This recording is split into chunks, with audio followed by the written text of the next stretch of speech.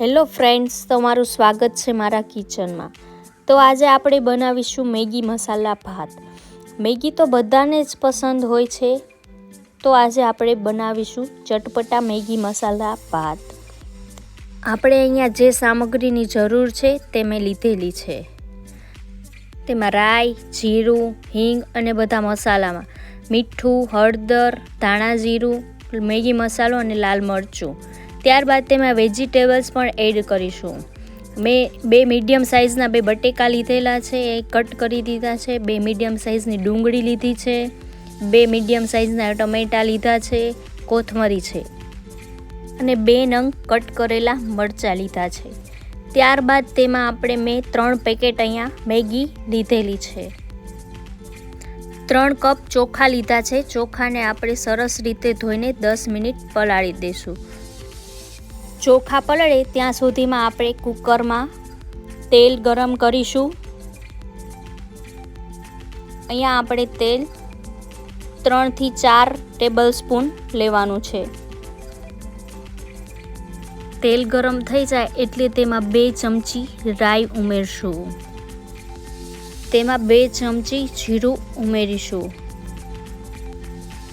તેમાં અડધી ચમચી હિંગ ઉમેરીશું,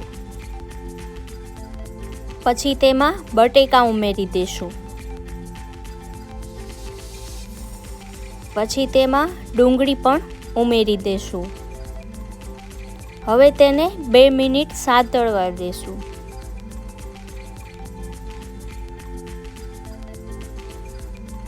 બે મિનિટ થઈ જાય પછી તેમાં ટમેટા ઉમેરશું, એને પણ આપણે 2 મિનિટ સરખી રીતે સાતળવા દેશું। 2 મિનિટ થઈ જાય પછી તેમાં આપણે મીઠું ઉમેરશું। મીઠું તમે તમારા સ્વાદ મુજબ ઉમેરી શકો છો। મેં અહીંયા 2 ચમચી મીઠું લીધેલું છે।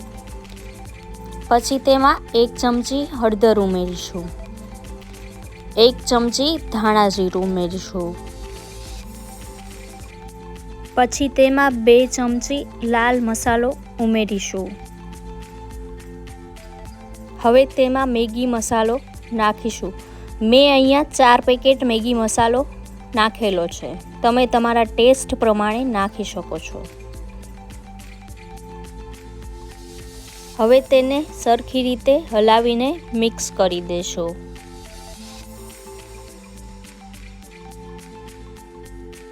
તેમાં થોડું પાણી ઉમેરશું, તેને 1 મિનિટ જેવું રાખીશું।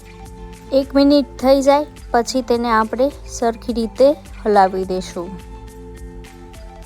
હવે તેમાં પલાળેલા ચોખા ઉમેરી દેશું।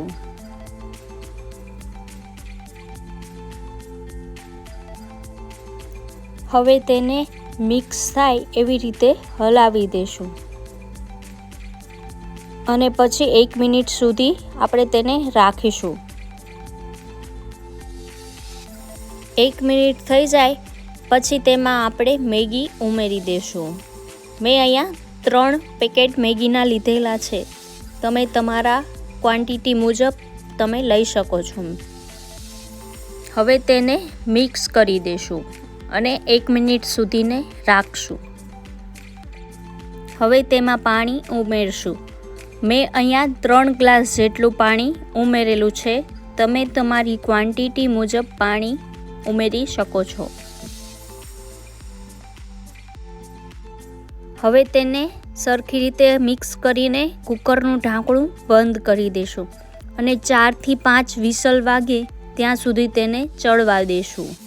તમે કુકરનું ઢાંકણું ખોલીને જોઈ શકો છો કે ભાત એકદમ રેડી થઈ ગયા છે। તો રેડી છે મેગી મસાલાવાળા ભાત। જો તમે આ રીતથી એકવાર મેગી મસાલાવાળા ભાત બનાવશો તો તમે વારંવાર બનાવશો, એટલો ટેસ્ટી ને કુકરમાં ઝટપટ બની જશે। તો તમને આ રેસીપી કેવી લાગી મને કમેન્ટમાં જરૂરથી બતાવજો, અને જો તમને આ રેસીપી ગમી હોય તો મારી ચેનલને સબસ્ક્રાઈબ કરવાનું ભૂલતા નહીં। Thank you.